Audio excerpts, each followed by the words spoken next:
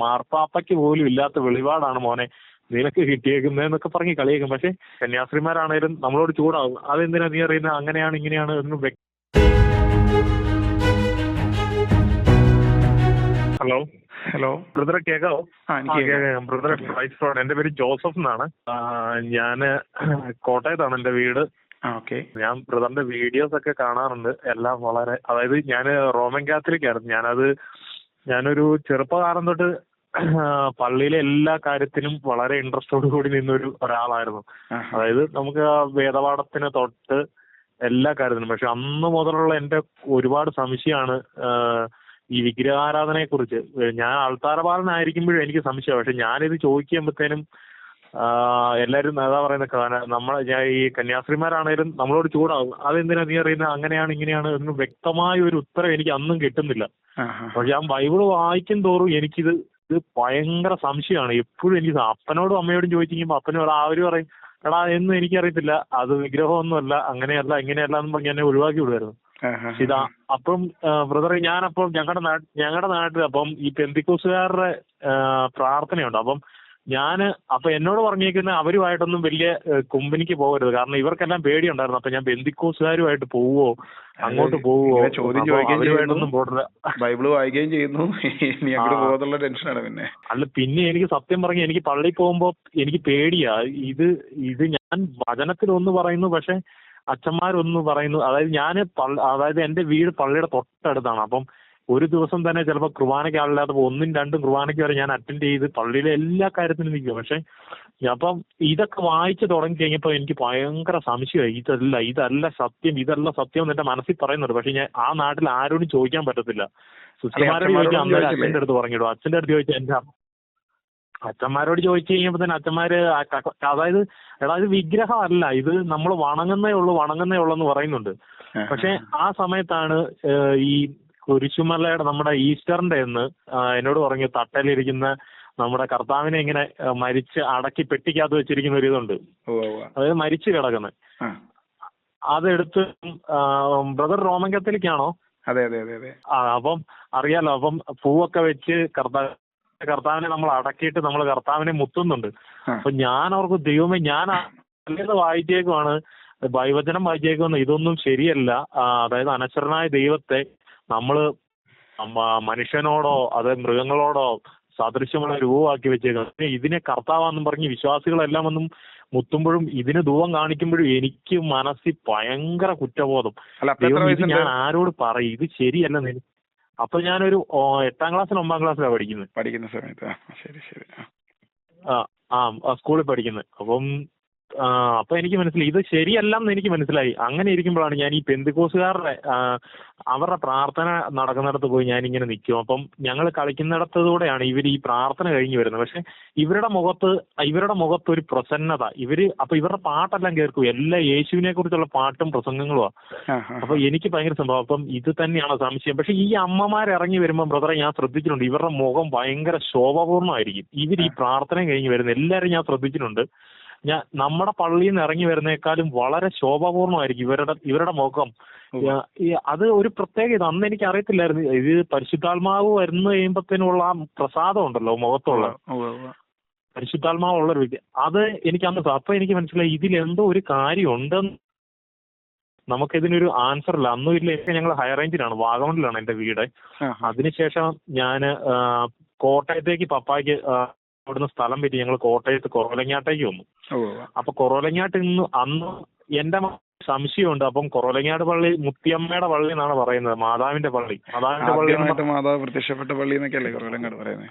അപ്പം എനിക്ക് അവിടെ വരുമ്പോഴും യേശുവിന്റെ അമ്മയാണെങ്കിൽ എല്ലായിടത്തും ഒരേ ശക്തിയും എല്ലായിടത്തും ഒരേ ഇതായിരിക്കണോന്നുള്ളത് എന്റെ മനസ്സിൽ അന്നും ഉണ്ട്. പക്ഷെ ഇതിനൊന്നും ആൻസർ ഇല്ല ആരോട് ചോദിച്ചാലും. അപ്പൊ ഞാൻ ഈ കാര്യങ്ങളൊക്കെ ഇവരോട് പറയുമ്പോൾ എന്റെ വീട്ടിലുള്ളവരോട് അല്ലെങ്കിൽ ഇച്ചിരി കൂടെ മുതിർന്നവരോട് ഞാൻ ചോദിക്കും, ഇതൊക്കെ ഇങ്ങനെയാണോ, ഇത് വിഗ്രഹാരാധനയല്ലേ, ഇത് യേശുവിന്റെ അമ്മ തന്നെയാണോ, യേശുവിന്റെ അമ്മയാണെങ്കിൽ ഇങ്ങനെയൊക്കെ ചെയ്യുമോ, കൂട് തുറന്നുള്ള കുർബാന, കൂട് അടച്ചുള്ള കുർബാന, അതായത് അവിടെ മാതാവിന്റെ ഭയങ്കര ഒരു ഏരിയയാണ് അവിടെ. അപ്പൊ ഞാൻ ഇതൊക്കെ ചോദിച്ചു, യേശുവിന്റെ അമ്മയാണെങ്കിൽ എല്ലായിടത്തും എന്തിനാ നമ്മൾ വേളാങ്കണ്ണിയിൽ എന്തിനാ പോണേ, നമുക്ക് നമ്മുടെ വീട്ടിലിരുന്ന് അല്ലെ കുറവലങ്ങായിട്ടിരുന്ന് പ്രാർത്ഥിച്ചാൽ പറ്റും. ഇത് എല്ലായിടത്തും ഒരേ യേശുവിന്റെ അമ്മയാണെങ്കിൽ ഇതാണല്ലോ, ഒറ്റ ശക്തിയല്ലേ ഉള്ളൂ. ഇത് അതാ അവര് പലയിടത്തും പല പറയുന്നൊരു രീതിയിൽ ഇരിക്കുന്നത് ഒരു എന്താണെന്നൊക്കെ ന്യായീകരണമുണ്ട്. ചോദിക്കുന്നുണ്ട്. അതായത് വളരെ പ്രത്യേക സ്ഥലങ്ങളിൽ മാതാവ് അങ്ങനെ പ്രത്യക്ഷപ്പെടുകയും അവിടെ വന്ന് പ്രാർത്ഥിച്ച വലിയ അനുഗ്രഹം ആ പ്രാപിക്കുകയും ആ ചെയ്യുന്നൊക്കെ പറഞ്ഞിട്ട് കുറെ ന്യായീകരണങ്ങളുണ്ട്. അത് നമ്മൾ ഒത്തിരി കേട്ടിട്ടുള്ളതാ. അപ്പം അപ്പൊ ഞാനിതൊക്കെ ചോദിച്ചു. അപ്പം അങ്ങനെ ഇരിക്കുമ്പോഴാണ് ഞാൻ പെയിന്റിങ് പണിക്കൊക്കെ പോകുമായിരുന്നു ഇടവേള സമയത്ത്. കേറ്ററിംഗ് പണിക്ക്, പെയിന്റിങ് പണിക്കൊക്കെ പോകും. അങ്ങനെ ഒരാളുടെ കൂടെ അപ്പൊ ഈ സംശയം ഉണ്ട്. അന്നേരം ഞാൻ +2 കഴിഞ്ഞ് ഞാൻ ഓട്ടോമൊബൈലാണ് പഠിക്കുന്നത്. അപ്പൊ ഓട്ടോമൊബൈലിന്റെ ക്ലാസ് കട്ട് ചെയ്ത് ഞങ്ങൾ സിനിമയ്ക്കൊക്കെ പോകാൻ വേണ്ടി പൈസയ്ക്ക് വേണ്ടി നമ്മൾ കൂട്ടുകാരുടെ കൂടെ പണിക്കൊക്കെ പോകുമായിരുന്നു. അപ്പം ഞാൻ അങ്ങനെ പോയപ്പോൾ ഞാനൊരു മനുഷ്യനെ പരിചയപ്പെട്ടു. അപ്പം ഈ പുള്ളിയെ കണ്ടപ്പോഴേ എനിക്ക് മനസ്സിലായി എന്തോ ഒരു ചൈതന്യമുള്ള ഒരു മനുഷ്യനാണ്. അപ്പം ഞാൻ ഇദ്ദേഹത്തോട് പയ്യെ വർത്താനമൊക്കെ പറഞ്ഞ് എവിടെയാ പള്ളിയിലാണ്. അപ്പം പുള്ളി ക്രിസ്ത്യാനിയാ, ജോസ് എന്നാണ് പേര്. അപ്പം ജോസ് എന്നാ പേരെങ്കിലും പുള്ളിയുടെ പെരുമാറ്റവും എല്ലാം കണ്ടപ്പോൾ എന്തോ ഒരു പ്രത്യേകത ഈ മനുഷ്യനിലുണ്ടെന്ന് എനിക്ക് മനസ്സിലായി. അപ്പം ഞാൻ ഇയാളോട് ഇങ്ങനെ ഓരോ കാര്യങ്ങളൊക്കെ ചോദിച്ചു. എവിടെയാ പ്രേയറിന് പോകുന്നതിനൊക്കെ ചോദിച്ചപ്പോൾ പുള്ളി പറഞ്ഞു, ഞാൻ ക്രിസ്ത്യാനിയാണ്, പക്ഷേ ഞാൻ പള്ളിയിലല്ല പോണത്. രാവിലെ കുർബാനയ്ക്ക് പോകും, അത് കഴിഞ്ഞ് ഞായറാഴ്ച ഞാൻ വേറെ ഒരിടത്താ പ്രാർത്ഥനയ്ക്ക് പോകുന്നതെന്ന് ചോദിച്ചു. അപ്പൊ ഞാൻ ഇയാളോട് എന്റെ ഓരോ സംശയങ്ങൾ ഇങ്ങനെ ചോദിച്ചെങ്കിൽ ഇയാൾ ഓരോ കാര്യങ്ങൾ എന്റെ അടുത്ത് ഇങ്ങനെ പറഞ്ഞു തന്നു. അപ്പൊ ഞാൻ ചോദിച്ചു, ഇതൊക്കെ നിങ്ങൾക്ക് എവിടുന്ന് ആരാ പറഞ്ഞു തന്നെന്ന് ചോദിച്ചു. അപ്പൊ ഞാൻ എനിക്ക് വേണ്ട ആൻസർ ആ പുള്ളി അന്നേരം തരുക.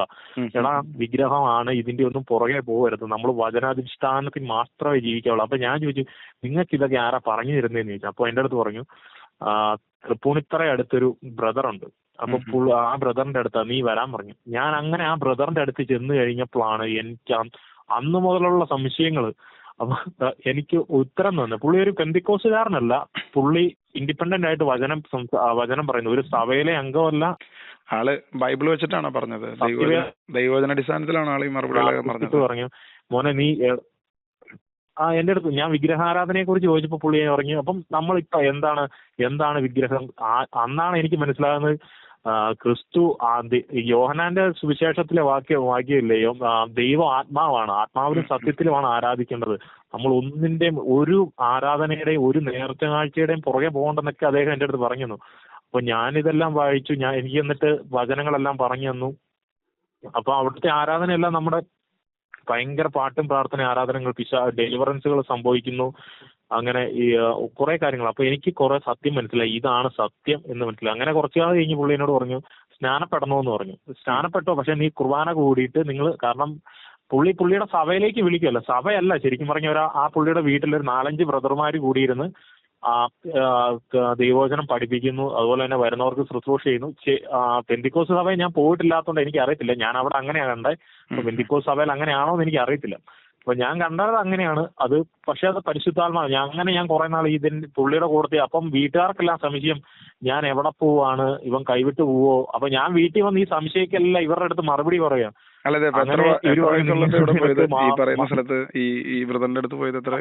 അപ്പൊ ഒരു 18-20 വയസ്സ് കാണും അന്നേരം. അപ്പൊ ആ സമയത്ത് ഇങ്ങനെ പോവാതിരിക്കാനായിട്ട് വീട്ടിൽ നിന്നും പ്രഷർ ഒന്നും ഉണ്ടായില്ലേ? വേറെ പ്രവർത്തനങ്ങളൊന്നും, അല്ലെങ്കിൽ അച്ഛന്മാരുടെ അടുത്ത് കൊണ്ടുപോവുക, തലയ്ക്ക് പിടിപ്പിക്കുക, നീ ഇങ്ങനെ പോരെന്ന് പറയിപ്പിക്കുക, അങ്ങനത്തെ കലാപരിപാടികളൊന്നും ഉണ്ടായില്ലേ?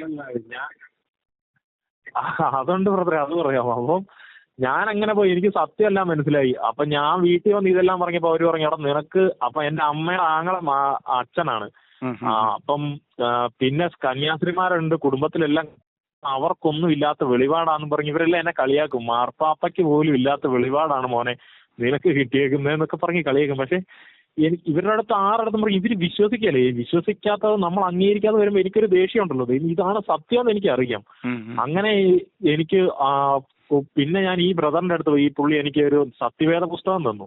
അപ്പൊ സത്യം പറഞ്ഞ ബ്രദറെ, ഞാൻ ഈ സത്യവേദ പുസ്തകം ഇതിനു മുമ്പ് ഞാൻ കണ്ടിട്ടുണ്ട്. അപ്പം ഞാൻ പലരോടും ചോദിച്ചപ്പോ അത് നമ്മുടെ ബൈബിൾ അല്ല എന്നാണ് ഇവർ എന്റെ അടുത്ത് പറഞ്ഞത് ചെറുപ്പത്തിൽ. അപ്പൊ ഈ 8-ലും 9-ലും പോയി ഞാൻ പറഞ്ഞില്ല, എനിക്ക് സംശയമുള്ളപ്പോൾ ഞാൻ ചോദിക്കുമ്പോൾ പറയും അത് കറുത്ത പുസ്തകം, അത് നമ്മുടെ ബൈബിൾ അല്ല, അത് നമ്മുടെ ബൈബിൾ അല്ലെന്ന് പറഞ്ഞ് എനിക്കൊരാൾ അന്നേരം ഒരു ബൈബിള് തന്നു.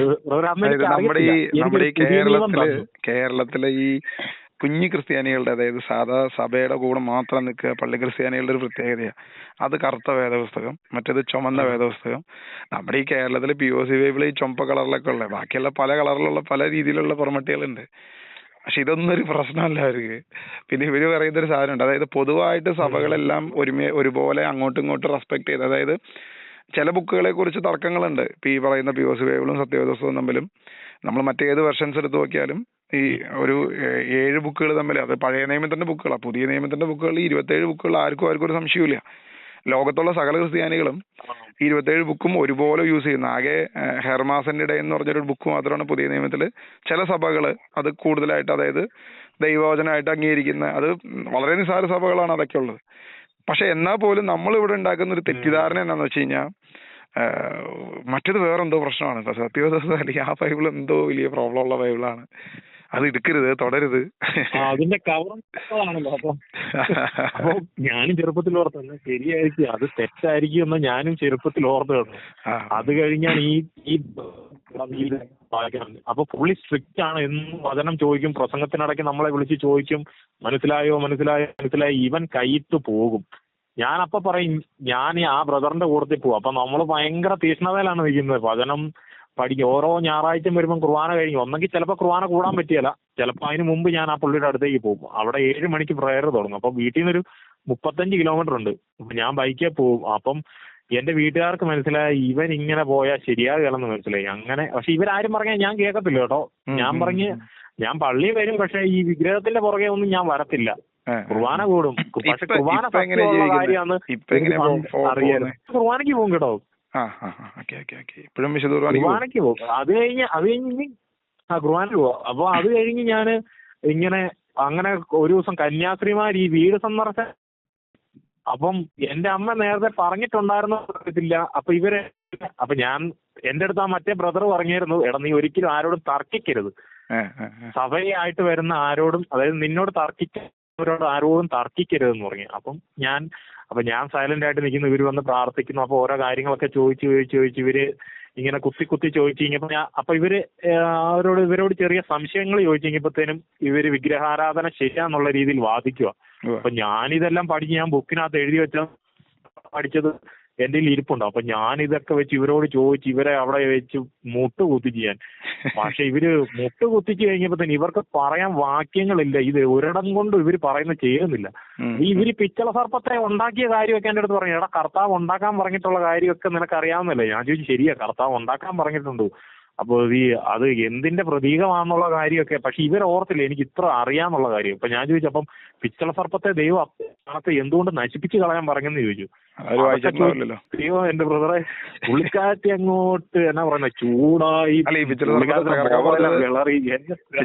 തകർക്കാൻ പറഞ്ഞ സിസ്റ്റർ വായിച്ചിട്ടുണ്ടായിരുന്നോ? സിസ്റ്ററിന് അറിയാമായിരുന്നു അങ്ങനെ ഒരു വചനം? സിസ്റ്റർ വായിച്ചിട്ടില്ല, എനിക്കറിയത്തില്ല. പക്ഷെ ഞാൻ പൊട്ടം കളിച്ചു. ഇവരെന്നാ പറയുന്നത്, പിച്ചള സർപ്പം കർത്താവ് വിഗ്രഹം ഉണ്ടാക്കാൻ പറഞ്ഞു. അപ്പൊ ശരി, ഓക്കെ, ഞാൻ സമ്മതിച്ചു. 2 രാജാക്കന്മാരൊന്നും എടുക്കാമെന്ന് ചോദിച്ചു കഴിഞ്ഞപ്പം ഞാൻ വചനം എന്ന് പറഞ്ഞപ്പോ ഇവിടെ തകർക്കാൻ പറഞ്ഞേക്കുമല്ലേ. അപ്പം പുള്ളിക്കാരത്തിക്ക് ഒരു തരത്തിലും നിൽക്കാൻ പറ്റത്തില്ലെന്ന് കണ്ടു കഴിഞ്ഞപ്പോഴത്തേനും പുള്ളിക്കാരത്തി വയലന്റ് ആയിട്ട് എന്നോട് പറഞ്ഞു, നിനക്ക് വേണ്ടി നീ നശിച്ചു പോവാ, നിനക്ക് വേണ്ടി ഞാൻ പ്രാർത്ഥിക്കും. ഇന്ന് തൊട്ട് ഞാൻ എന്റെ വീട്ടിൽ ഞങ്ങൾ കുർബാന എഴുന്നള്ളിച്ച് നിനക്ക് വേണ്ടി പ്രാർത്ഥിക്കും എന്ന് പറഞ്ഞു. ഞാൻ പറഞ്ഞു ശരി. അപ്പം എന്നോട് മാതാവിന്റെ ഒക്കെ കാര്യം പറയുന്നുണ്ട്. പക്ഷെ എനിക്കറിയാം എന്റെ മാതാവ് എന്റെ യേശുവിന്റെ അമ്മ സ്വർഗത്തിലാന്ന് എന്റെ അടുത്ത് ബ്രദർ പറഞ്ഞു പഠിപ്പിച്ചിട്ടുണ്ട്. എടാ അമ്മ സ്വർഗത്തിലാ, പക്ഷെ ഇവിടെ ഇരിക്കുന്ന സാധനം മാതാവല്ല മാനേന്ന് എന്റെ അടുത്ത് പറഞ്ഞു. അപ്പൊ ആ നിശ്ചയം എന്റെ മനസ്സിലുള്ളതുകൊണ്ട് പറഞ്ഞു, അമ്മ പ്രാർത്ഥിച്ചോ മാതാവ് പ്രാർത്ഥന കേൾക്കും ഉറപ്പാന്ന് പറഞ്ഞു. അപ്പം അങ്ങനെയൊക്കെ ഞാൻ ഭയങ്കര തീക്ഷ്ണമായി നിൽക്കുന്നു. പക്ഷെ ഈ എന്നും ഇതുമായിട്ട് വേണം ബ്രദറിന്റെ അടുത്ത് പോകാൻ. ബ്രദറെ ഹലോ, അപ്പൊ ഞാൻ ഈ കറുത്ത ബൈബിളുമായിട്ട് വേണം എനിക്ക് എന്നും സത്യവേദ പുസ്തകമായിട്ട് ചെല്ലണം, അല്ലെങ്കിൽ മറ്റേ ബ്രദർ വഴക്ക് പറയും. അപ്പൊ പുള്ളിനെ എനിക്ക് പേടിയാണ്, ബഹുമാനം. കാരണം ഭയങ്കര റെസ്പെക്ട് ഉണ്ട് എനിക്ക്. എന്റെ അമ്മയോട് ഈ കന്യാസ്ത്രീ ഇറങ്ങിയ സമയത്ത് പറഞ്ഞു, ഇവന് ഇത് എവിടുന്നാ കിട്ടി, ഞാൻ എങ്ങനെയാ പ്രാർത്ഥനയ്ക്ക് പോകുന്നതെന്നൊക്കെ ചോദിച്ചിട്ട് എന്റെ അമ്മയോട് പറഞ്ഞു.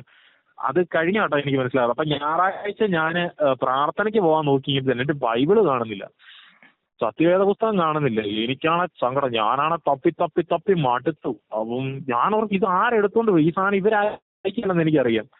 അപ്പം ഈ കന്യാസ്ത്രീ ഇറങ്ങിപ്പോവാൻ നേരത്ത് പറഞ്ഞു ആ പുസ്തകം എടുത്ത് മാറ്റിയേക്കണോന്ന് പറഞ്ഞു, ഈ സത്യവേദ പുസ്തകം. അപ്പൊ എന്റെ ബ്രദറെ എന്റെ അമ്മ എന്നെ ഈ സാധനം എടുത്ത് എന്റെ അമ്മ ഒരു അവിടെ ഞങ്ങളുടെ വീടിന് താഴെ ഒരു ബന്ധുക്കോസുകാർ താമസിക്കുന്നുണ്ടായിരുന്നു.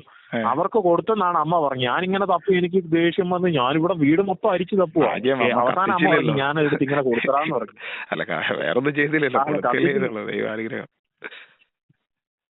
കത്തിക്കാഞ്ഞ ഭാഗ്യം. അപ്പം ഇങ്ങനെ എന്റെ അമ്മ എടുത്ത് കൊടുത്തെന്ന് പറഞ്ഞപ്പോ തന്നെ എനിക്ക് എന്നാറുന്നത് അന്നേരം എന്നെ പിശാച് പിടികൂടി. പക്ഷെ എനിക്ക് ഭയങ്കര സങ്കടമായിപ്പോയി. ഈ പുസ്തകം ഇല്ലാതെ ചെന്ന് കഴിഞ്ഞാൽ ബ്രദർ എന്നെ വഴക്ക് പറയുമല്ലോ എന്നുള്ള ചിന്ത എന്നെ കയറി പിടിച്ചു. അപ്പൊ അന്നേരം എന്റെ മനസ്സിലൊരു ചിന്ത വന്നത്, എടാ നിന്റെ അപ്പനും അമ്മ, പക്ഷെ അന്ന് പിശാചാണ് അത് പ്രവർത്തിച്ചതെന്ന് എനിക്ക് മനസ്സിലായില്ല. നിന്റെ അപ്പനും അമ്മയും, അപ്പനെ എതിരൊന്നും അപ്പം പറഞ്ഞാൽ നിനക്ക് ഇഷ്ടമുള്ളതല്ലോ നീ ചെയ്തു. അപ്പന് സത്യമൊക്കെ അറിയാം. അപ്പൻ ഇന്നേ വരെ ഞാൻ ഒരു വിഗ്രഹത്തിന് മുമ്പിൽ പ്രാർത്ഥിക്കുന്നത് ഞാൻ കണ്ടിട്ടില്ല. അല്ലെന്നേ ഇവിടെയുള്ള മിക്ക പുരോഹിതർക്കും സിസ്റ്റേഴ്സിനും പല നേതാക്കന്മാർക്കും ഈ സത്യങ്ങൾ വ്യക്തമായിട്ട് അറിയാവുന്ന ആരും ഇത് മിണ്ടത്തില്ല, ഇത് ലോകത്തോട് വിളിച്ചു പറയത്തില്ല. ഇപ്പൊ ഞാൻ ഈ ക്ലാസ്സുകൾ ഇട്ട് തുടങ്ങിയ പിന്നെ ഒരുപാട് കോളുകൾ വന്നു, ഒത്തിരി കോളുകൾ വന്നു. നമുക്ക് പല കോളുകളും നമുക്ക് വളരെ എന്താ വെച്ച് കഴിഞ്ഞാൽ സഭയോട് ചേർന്ന് നിൽക്കുന്ന പലരും എന്നെ വിളിച്ചു, പല ആളുകളും വിളിച്ചു. പക്ഷെ നമുക്ക് എന്ത് ചെയ്യാൻ പറ്റും? ഞാൻ പലരോടും ചോദിച്ചു ഈ ഓഡിയോ ഒന്ന് റിലീസ് ചെയ്തോട്ടെ. ഇപ്പൊ ഈ ഓഡിയോ റിലീസ് ചെയ്യുകയാണെങ്കിൽ ഒരുപക്ഷെ അനേകർക്ക് ഒരു വ്യക്തത കിട്ടും കാര്യങ്ങളില്.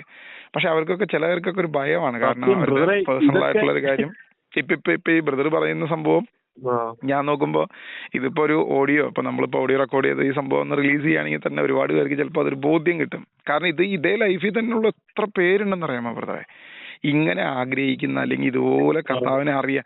അപ്പൊ ഇതിനകത്തൊക്കെ ഉള്ളൊരു വലിയ ചിന്തകളൊന്നും ആലോചിച്ച് നോക്കാം. ഒന്ന് ബൈബിള്, കറുത്ത വേദപുസ്തകം, അതെന്തോ വലിയ പ്രശ്നമാണ്. അതാണ് പിള്ളേരെ വഴി തെറ്റിക്കുന്നത്. അപ്പൊ ഇതൊക്കെ തൊട്ടിപ്പുറത്ത്. അപ്പൊ ഇവരുടെ ഉള്ളിലുള്ള ചിന്ത എന്ന് ആലോചിച്ച് നോക്കുക. അപ്പൊ നമ്മുടെ കേരളത്തിൽ തന്നെ യാക്കോബായോ ഓർത്തഡോക്സോ എല്ലാവരും ഉപയോഗിക്കുന്നത് ഈ ബൈബിള് തന്നെയാ. അപ്പൊ ഇവരൊക്കെ പിശാചിന്റെ ആളുകളാണെന്നും തെറ്റാണെന്നും ഇവര് പറയാതെ പറയല്ലേ. അപ്പൊ ഇവരിൽ ക്രിസ്തുവിന്റെ സ്നേഹം എവിടെയുള്ളേ?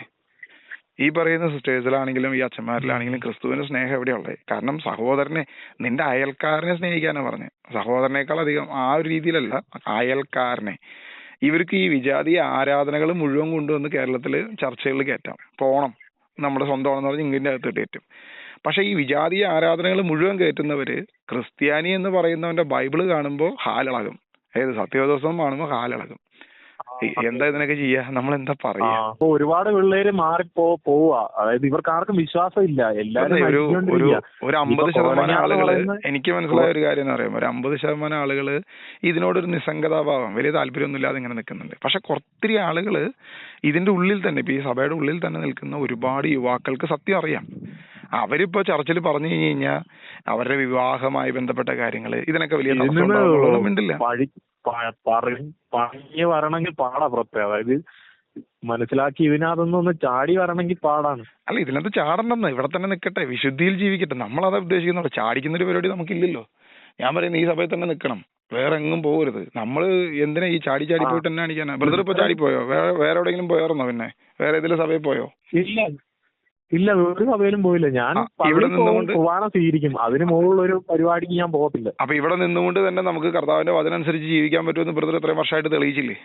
മനസ്സിലായി. പക്ഷെ ഞാൻ എന്റെ ബ്രദറെ ഇടയ്ക്ക് ഞാൻ ആലോചിച്ചായിരുന്നു, ഇത് മറ്റേ ബ്രദറിന്റെ അടുത്ത് പോയോണ്ടാണ് ഞാൻ രക്ഷപ്പെട്ടത്. പക്ഷെ ഞാനൊരു പെന്തിക്കോസ് സഭയിലെ പോയി ചെന്ന് ഇടുന്നെങ്കിൽ ചിലപ്പോ ഞാൻ തിരിഞ്ഞു പോയേനെ. അതൊരു പരിധി വരെ പലയിടത്തും നടക്കുന്നുണ്ട്. പക്ഷെ ഇന്നിപ്പോ ഈ കോളേജുകളിലൊക്കെ ചെല്ലുമ്പോ, നമ്മുടെ കൂടെ പഠിക്കുന്ന ഈ ഹോസ്റ്റലുകളിലൊക്കെ ചെല്ലുമ്പോ ഒരു പെന്തക്കോസ്തുകാരുണ്ടെങ്കിൽ അവിടെ വലിയ മാറ്റങ്ങൾ വരുന്നുണ്ട്. പിള്ളേരിലൊക്കെ ഒത്തിരി ചേഞ്ചസ് വരുന്നുണ്ട്. അതായത് അവർക്ക് വചനം അറിയാനും ദൈവത്തെ അറിയാനൊക്കെ ആയിട്ട് ഇടവരുത്തുന്നുണ്ട്. പക്ഷെ പലരും പെന്തക്കോസ്തിലേക്ക് ചാടി പോകുന്നുണ്ട്. ഇപ്പൊ യൂറോപ്പിൽ പോയ പിള്ളേരൊക്കെ നമ്മൾ വിചാരിക്കേണ്ടവരൊക്കെ ഇപ്പൊ പള്ളിയായിട്ട് ബന്ധപ്പെട്ടിട്ടാ പോകുന്നതെന്ന്. എത്രണ്ണം ചാടിയെന്ന് ഇപ്പൊ ആർക്കറിയാം? എത്ര ആത്മാക്കളെ നഷ്ടം വേറെ രീതിയിലേക്ക് പോയിട്ടുണ്ടോ? ഇനി വിശ്വാസമില്ലാതെ എത്രണ്ണം പോയിട്ടുണ്ടോ? ഇത് കേൾക്കുമ്പോ എല്ലാവരും വിശ്വാസത്തിലേക്ക് വരണമെന്നില്ലല്ലോ. സഭ മുഴുവൻ വിഗ്രഹാരാധനയാണ്, ഇതാണെന്ന് പറഞ്ഞിട്ട് 10 തെറ്റ് കാണിച്ചു കൊടുത്താൽ നേരെ പിന്നെ ഇവന്മാരൊക്കെ കള്ളന്മാരാ, വിട്ടേക്കാം, പ്രാർത്ഥനയും വേണ്ട, വെള്ളിയും വേണ്ട, ഒന്നും വിചാരിച്ചിട്ട് ദൈവത്തെ കളഞ്ഞിട്ട് പോകുന്ന എത്ര പേരുണ്ടാവും? അതൊക്കെയാണ് അപകടം. എന്തായാലും ഇപ്പോ നല്ല രീതിയിൽ മുന്നോട്ട് പോകാൻ പറ്റുന്നില്ലേ? ഇവർ തന്നെ പ്രാർത്ഥിക്കാനും പറ്റുന്നില്ലേ? അതിനനുസരിച്ച് ജീവിക്കാൻ പറ്റുന്നില്ലേ? ഇപ്പൊ അത് കഴിഞ്ഞ് ഞാൻ കല്യാണമൊക്കെ കഴിച്ചായിരുന്നു. അത് കഴിഞ്ഞ് ഞാൻ ഇവിടെ സൗദി വന്നു. അപ്പൊ കുറച്ച് നാൾ കൊണ്ട് എന്റെ പ്രാർത്ഥന പുറകോട്ട് പോയി. അപ്പൊ ഞാൻ ഇവിടെ സൗദിയിൽ ഇവിടെ വന്നു കഴിഞ്ഞപ്പോഴത്തേനും സൗദിയിൽ ഇങ്ങനെ വന്നു കഴിഞ്ഞപ്പോഴത്തേന് ഒരു വെള്ളിയാഴ്ച ദിവസം ഞാനിങ്ങനെ ഒറ്റയ്ക്ക്, ഇവിടെ മരുഭൂമിയാണ്, അപ്പം ഞാൻ ഇവിടെ ഒരു എയർപോർട്ടിനകത്താണ് വർക്ക് ചെയ്യുന്നത്, ഒരു പുതിയ എയർപോർട്ട് ഉണ്ടാക്കുന്നിടത്താ. അപ്പൊ ഞാനിങ്ങനെ നടന്നു പോകുന്ന സമയത്ത് അപ്പൊ ബൈബിള് വായിക്കും, പക്ഷെ കർത്താവിനോട് അങ്ങനെ പേഴ്സണലായിട്ട് ഞാൻ പേഴ്സണൽ പ്രാർത്ഥന വളരെ കുറവാണ്, വചനം വായിക്കും എന്ന് മാത്രമേ ഉള്ളൂ. അത് അങ്ങനെ ഇങ്ങനെ പോകുന്ന സമയത്ത് ഒരു ഭയങ്കര വെയിലുള്ള ഒരു സമയത്ത് ഞാനിങ്ങനെ നടന്നു പോകും. അപ്പം മുസ്ലിംസ് നിസ്കരിക്കാൻ പോകുന്ന സമയമാണ്. അപ്പൊ ഞാൻ ഇതൊക്കെ കണ്ട് അങ്ങ് പോകുന്ന സമയത്ത് എന്റെ മനസ്സിൽ ഇടി വെട്ടുന്ന പോലെ ഒരു ശബ്ദം ഞാൻ കേട്ടു. അത് ശബ്ദം കേട്ടതാണോ അതെനിക്ക് പറഞ്ഞ് എങ്ങനെ ബ്രദറിനോട് പറയണമെന്ന് അറിയത്തില്ല. എടാ, എന്നോട് ദൈവം ഒരു ചോദ്യമാണ് ചോദിച്ചതെന്ന് എനിക്ക് മനസ്സിലായി. എടാ, ഈ വിജാതിയർ ഇങ്ങനെ പോയി അവർ ഈ വെയിലത്തും പോയിരുന്ന് അവര് നിസ്കരിക്കുന്നു, പ്രാർത്ഥിക്കുന്നു. നീ എന്തുകൊണ്ട്, നീ എന്നെ ഇത്ര അധികം സ്നേഹിച്ചിട്ട് നീ എന്നെ വിട്ടുപോയി, നീ അകന്നുപോയെന്നും പറഞ്ഞൊരു ചോദ്യം എന്നോട് ചോദിച്ചു. ഈ ചോദ്യം ചോദിച്ചു കഴിഞ്ഞപ്പോ തൊട്ട് എന്റെ ശരീരം വിറയ്ക്കാൻ തുടങ്ങി ബ്രദറെ. അപ്പൊ അന്ന് ഇവിടെ ഏറ്റവും കൂടുതൽ ചൂടാണ്, 49 ഡിഗ്രി ചൂടാന്ന്. അപ്പൊ അന്ന് ആരും ഡ്യൂട്ടിക്ക് വെളിയിൽ ഇറങ്ങരുതെന്നുള്ള ഇതുള്ള, പക്ഷെ ഞാനത് ഒരു കാര്യത്തിന് ചുമ്മാ ഇറങ്ങി ഒരു വണ്ടി നോക്കാനായിട്ട് ഇറങ്ങിയതാണ്. പക്ഷെ എന്റെ ശരീരം അവിടെ നിന്നങ്ങ് വിറയ്ക്കാൻ തുടങ്ങി. തണുപ്പെന്ന് പറഞ്ഞാൽ എനിക്ക് മനസ്സിലായിപ്പോ സംസാരിച്ചെന്ന് എനിക്ക് മനസ്സിലായി. അപ്പം എനിക്ക് കർത്താവെ, ഇതാണെങ്കിൽ ഇത് കർത്താവ് തന്നെയാണെന്ന് എനിക്ക് ഉറപ്പിക്കണം, ഞാൻ വിശ്വസിക്കണമെങ്കിൽ കർത്താവ് ഇത് എനിക്ക് ഒന്നുകൂടെ ഇത് വേണമെന്ന് പറഞ്ഞു. അതായത് ഈ തണുപ്പ്. അപ്പം എന്നോട് പറഞ്ഞു, നീ ആ വെയിലത്തേക്ക് ഇറങ്ങാൻ എന്റെ മനസ്സിൽ നിന്ന് ഇങ്ങനെ പറയുക. വെയിലത്തപ്പോ ഭയങ്കര ചൂടാ, ഒരു 11:30-12:30 സമയം, എല്ലാവരും റെസ്റ്റ് എടുത്തിരിക്കുന്ന സമയത്ത്. അപ്പം ഭയങ്കര വെയിൽ. അപ്പൊ അങ്ങോട്ട് ഇറങ്ങിയപ്പോൾ ഇതുപോലെ തന്നെ തണുത്ത് വിറച്ച് ഞാൻ അകത്തേക്ക് കയറി വന്നു. അപ്പൊ എനിക്ക് മനസ്സിലായി കർത്താവ് എന്നോട് സംസാരിക്കാം. അങ്ങനെ ഞാൻ പേഴ്സണൽ പ്രെയർ ഒക്കെ തുടങ്ങി. അപ്പൊ ഞാൻ ഇങ്ങനെ ഇരുന്നു, ഒരു ബ്രദറിനെ വിളിച്ചു. ഇവിടെ ആയിരുന്നു തിരുവനന്തപുരത്തുള്ള എൻ്റെ ഒരു സുഹൃത്ത്. അപ്പം പുള്ളിയെ വിളിച്ചു, ബ്രദറെ എനിക്ക് ഇങ്ങനെ ഒരു അനുഭവം ഉണ്ട്. അപ്പം ജീസസ് വിഷനെ ഒന്നും എനിക്ക് അറിയില്ല. ഞാൻ നമ്മുടെ ഷിബു ബ്രദറിന്റെ വീഡിയോ കണ്ടിട്ടുണ്ട്. അപ്പം ഞാനിങ്ങനെ ഷിബു ബ്രദറിന്റെ അപ്പൊ എന്നോട് ആ ബ്രദർ എന്ന് പറഞ്ഞു, എടാ, നീ ഒരു കറക്റ്റ് സ്ഥലത്ത് എത്തിപ്പെടും, പ്രാർത്ഥനയുള്ള ഒരാളുമായിട്ട് നീ കണക്ട് ആവും, നീ പേടിക്കണ്ട, നീ പ്രാർത്ഥിച്ചോളാൻ പറഞ്ഞു. ജസ്റ്റ് ഒരു കാര്യം ചോദിച്ചിട്ട്, അതായത് ഇത്രയും നമ്മൾ പറഞ്ഞ കാര്യങ്ങൾ എനിക്ക് തോന്നുന്നത് ഒരു അനുഭവമാണ്, ഒരു അനുഭവ സ്റ്റോറിയാണ്. അപ്പൊ ഞാൻ ഈ സംഭവം ഒരു വീഡിയോ ആയിട്ട് ചെയ്യുന്നതിൽ പരാതി ഉണ്ടോ? പേരുകളൊന്നും വെളിപ്പെടുത്തിയിട്ടില്ല. അതായത് ഒരു വ്യക്തിയുടെ അനുഭവമാണത്, അതായത് ഒരു ക്രിസ്ത്യാനിയുടെ, ഒരു കത്തോലിക്കന്റെ അനുഭവമാണത്. അപ്പൊ ആ അനുഭവം നമ്മൾ ലോകത്തോട് വിളിച്ചു പറയുമ്പോൾ അത് വലിയ മാറ്റം ഉണ്ടാക്കും. നമ്മുടെ കൂട്ടത്തിൽ നിന്ന് 10 പേരെങ്കിലും രക്ഷപ്പെടണം. അതായത് ഇത് സത്യമാണെന്നുള്ള കാര്യം തിരിച്ചറിയണം. അതെ, എന്നോ മാത്രമേ ഉള്ളൂ. ഓക്കെ, നമുക്കപ്പോൾ അങ്ങനെ ചെയ്യാം. എന്തായാലും ഞാൻ ഈ ഒരു കോള് നമുക്കൊരു വീഡിയോ ആക്കി ചെയ്യാം തീർച്ചയായിട്ടും. വെറുതെ കുറവലങ്ങാടെന്നായിരുന്നു ഞാൻ കല്യാണം കഴിച്ചത്. അവിടുത്തെ മുത്തിയമ്മയുടെ കടുത്ത ഭക്തിയുള്ളവളായിരുന്നു. പക്ഷെ എന്റെ കൂട്ടത്തിൽ കൂടി ജീസസ് മിഷന്റെ 3 ധ്യാനം കൂടി കഴിഞ്ഞപ്പോ ഞങ്ങളിപ്പോ ഒരുപാട് പേരെ ഞങ്ങളുടെ നാട്ടിൽ നിന്ന് ജീസസ് മിഷനിലോട്ട് വിട്ടിട്ടുണ്ട്. കാരണം ജീസസ് മിഷനിലോട്ടല്ല, ദൈവത്തിന്റെ അടുത്തേക്ക് നിങ്ങളുടെ വചനം കേൾക്കാൻ വേണ്ടി ഞാൻ ഒത്തിരി പേരെ വിടുന്നുണ്ട്. കുറെ പേരൊക്കെ ഇപ്പോഴും എനിക്ക് അതിനകത്തൊരു അന്ന് ഞാൻ ഓണത്തിന്റെ ക്യാമ്പിനുണ്ടായിരുന്നു. അപ്പൊ അവിടെ വെച്ച് ഷിബ്രോദറിന്റെ തലയെ തൊട്ട് പറഞ്ഞിരുന്നു, എടാ നിനക്ക് ദൈവം ഒരു ചെറിയൊരു കൂട്ടായ്മ തരുമെന്ന്. അപ്പം ഇന്ന് ഒരു 7 പേരുടെ അടുത്ത് വചനം പറയാനുള്ളൊരു സൂമിൽ ഞാൻ പറയുന്നുണ്ട്. 7 പേരുണ്ട് ഞങ്ങളുടെ ടീമിൽ. ഒന്നിൽ എന്റെ പെങ്ങളാണ്, ഒരാൾ എന്റെ വൈഫാണ്, പിന്നെ 2 കൂട്ടുകാരാണ്. ഇത്രയും പേരുടെ അടുത്ത് പറയുന്നുണ്ട്. പൊതുവെ ഇവര് അതായത് ഭയങ്കര ക്രിസ്ത്യാനിയാണ് എല്ലാം. ഞാൻ ഒരാളുടെ അടുത്ത് ചോദിച്ചു, യേശു ആരാന്ന് ഞാൻ ചോദിച്ചു. യേശു ആരാന്ന് ചോദിച്ചപ്പം ഭയങ്കര ക്രിസ്ത്യാനിയാണ്, നമ്പർ 1 ക്രിസ്ത്യാനാണ്. ഞാൻ യേശു ആരാന്ന് ചോദിച്ചപ്പോൾ അവൻ ആട്ടിടയനാണെന്ന് പറഞ്ഞു ബ്രദറെ. അതൊരു ആട്ടിടയനായിരുന്നു. ഞാൻ ചിരിച്ചില്ല. ഞാൻ ഇവനോട് ചോദിച്ചു, ബാക്കി ഇവൾ എന്ത് പറയുമെന്ന് അറിയാൻ വേണ്ടി ചോദിച്ചു. അതെങ്ങനെയാടാ ആട്ടിടയനാണെങ്കിൽ അതെങ്ങനെയാ? നിനക്കറിയത്തില്ലേടാ ജോസഫേ, എടാ 99 ആടിനെ ഇട്ടിട്ട് ഒരാട് പോയി കഴിഞ്ഞപ്പോഴത്തേനും ഈശോ പോയി എടുത്തോണ്ട് വന്നില്ലേ? ഈശോയുടെ ജോലി ആട്ടിടയനായിരുന്നു എന്ന് പറഞ്ഞു. അങ്ങനെയുള്ളൊരു 7 പേരുണ്ട് എന്റെ ഇതില്. അപ്പം ഞാൻ ഇപ്പൊ ക്ലാസ് എടുത്ത് കൊടുത്തോണ്ടിരിക്കുകയാണ് കർത്താവ്. അപ്പം ശിവബ്രദറിന്റെ ക്ലാസ്സുകളൊക്കെ ഞാൻ എഴുതിയെടുത്തിട്ടുണ്ടായിരുന്നു. പിന്നെ വചനത്തിലൂടെ ഞാൻ പ്രാർത്ഥിച്ചു കഴിയുമ്പോഴത്തേനും കുറച്ചൊക്കെ വചനങ്ങൾ എനിക്ക് കർത്താവ് തന്നെ എന്ത് പറയണം എന്നുള്ള പരിശുദ്ധാത്മാവ് തരുന്നുണ്ട്. അതൊക്കെ ഞാൻ പഠിപ്പിച്ചുകൊണ്ടിരിക്കുക. എന്തായാലും സത്യത്തിലൂടെ ദൈവം വഴി നടത്തട്ടെ. ക്രിസ്ത്യാനികൾ നമ്മുടെ കിടത്തിലും ഉണ്ട്. യേശു ആട്ടിടയനാന്ന് വിശ്വസിക്കുന്നവരും ഉണ്ടെന്ന് പറയാം എല്ലാരും. അപ്പം ഞാൻ ബ്രദറിന് വേണ്ടി പ്രാർത്ഥിക്കും. ഞാൻ വീഡിയോ കാണാറുണ്ട്.